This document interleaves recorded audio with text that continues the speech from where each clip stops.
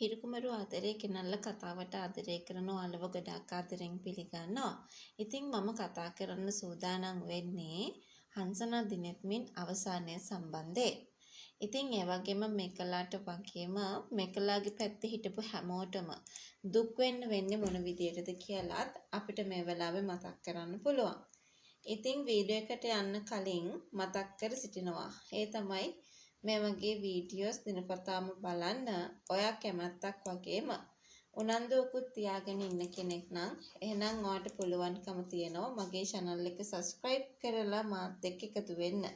ඒ වගේම like කරන්න, comment කරන්න, තවත් නොදන්න යාළුවෙකුට දැනගන්න අනිවාර්යෙන්ම share කරන්නත් අමතක කරන්න එපා. ඉතින් තව දෙයක් මතක් කරන්නට ඕනේ. ඒ තමයි දිනෙත්මින්ට පහර දෙන සිදුවීම් වලට දිනෙත්මින්ගේ ජීවිතේ නැති කරන්න උත්සාහ කරන සීන් වලට මේ හැම දෙයකටම වග කියන්න ඕනේ වෙන කවුරුවත් නෙමෙයි. අනිවාර්යෙන්ම ඔන්න ඔය මේකලාම තමයි.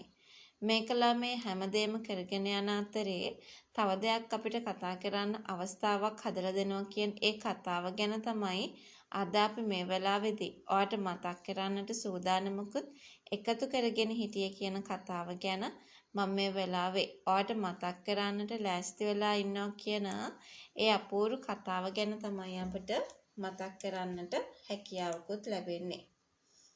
තව දෙයක් මම ඔයත් එක්ක කතා කරන්න සූදානම් වෙනවා. ඒ දේ ගැන මට මෙන්න මේ විදියට ඔයාලට මතක් කරන්න ඉඩකඩක් තියෙනවා. විශේෂයෙන්ම ඔයා දන්නවද පුංචි අම්මා හංසනාට පැහැදිලි කරන දේවල් අන්න ඒ වගේ සිදුවීම් නිසා අනිවාර්යෙන්ම හංසනාට තේරෙනවා මේකලාගේ වැරදි ගැන. මේකලා කොච්චර වැරදි කරලා තියනවද කියන කතාව ගැන. මොකද ඔය පහර දීම් පිටිපස්සෙත් ඉන්නේ අනිවාර්යෙන්ම වෙන කවුරුවත් නෙමෙයි මේකලා ඇතුළු කට්ටියයි කියන එක ගැන අනිවාර්යෙන්ම හොඳටම තේරෙනවා. ඒ තේරුණාට පස්සේ ආදරය කරන්න අකමැත්තක් ඇති වෙන එකක් නැහැ කියන විශ්වාසය අපිට ගොඩනගා ගන්න පුළුවන්. ඒ වගේම තව දෙයක් අපිට කතා කරන්න මේ වෙලාවේ ඉඩකඩක් තියාගෙන ඉන්නවා කියන ඒ කතාව ගැන තමයි මම මේ වෙලාවේදීත් ඔයාට සිහිපත් කරන්නට ඉඩකඩකුත් හදාගෙන ඉන්නේ කියන කතාව ගැන තමයි අද වීඩියෝ එක තුලින්ම අපි කතා කරන්නට ලෑස්ති වෙලා ඉන්නේ කියන ඒ කතාව ගැන මම මේ වෙලාවේ ඔයාට කතා කරනවා.